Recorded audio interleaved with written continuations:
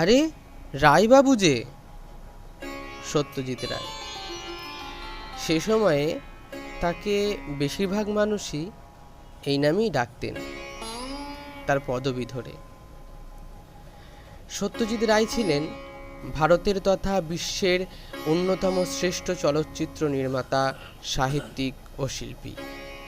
তিনি 1921 সালে 2রা মে কলকাতার জন্মগ্রহণ করেন।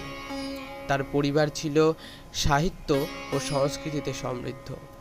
দাদু উপেন্দ্র কিশোর রায়চৌধুরী এবং বাবা সুকুমার রায় দুজনেই বাংলা সাহিত্যের গুরুত্বপূর্ণ ব্যক্তিত্ব। চলচ্চিত্র জীবন। রায় তার প্রথম চলচ্চিত্র পথের পাঁচালী দিয়ে বিশ্বজুড়ে খ্যাতি অর্জন করেন। এই সিনেমাটি গ্রামীণ বাংলার বাস্তব জীবনকে অত্যন্ত সংবেদনশীলভাবে তুলে ধরে। এরপর অপরাজিত ও অপুর সংসার মিলে অপুর ট্রিলজি সম্পূর্ণ হয়, যা বিশ্ব সিনেমার ইতিহাসে এক অনন্য সৃষ্টি। সাহিত্যকর্ম। সত্যজিৎ রায় শুধু পরিচালকই নন, একজন জনপ্রিয় লেখকও ছিলেন।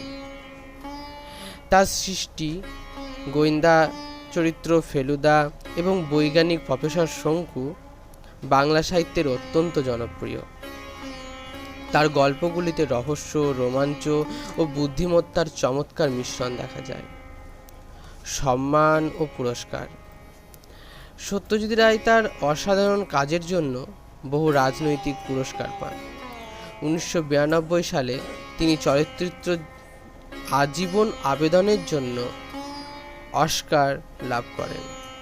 এছাড়াও তিনি ভারতের সর্বোচ্চ নাগরিক সম্মান ভারতরত্নে ভূষিত হন। সত্যজিৎ রায় বাংলা ও ভারতীয় সংস্কৃতিকে বিশ্ব দরবারে তুলে ধরেছেন। তার কাজ আজও নতুন প্রজন্মকে অনুপ্রাণিত করে। সত্যি বলতে, সত্যজিৎ রায়েরকে এক লাইনে যদি বর্ণনা করা যায়, তবে হয়তো সত্যজিৎ রায় ছিলেন এমন এক প্রতিভা, যিনি সিনেমা ও সাহিত্যে বাঙালির গৌরবকে বিশ্বজুড়ে ছড়িয়ে দিয়েছেন। রবীন্দ্রনাথের পর হয়তো বহুমুখী মানুষ রূপে দ্বিতীয়ত সত্যজিৎ রায়কেই জানা যায়।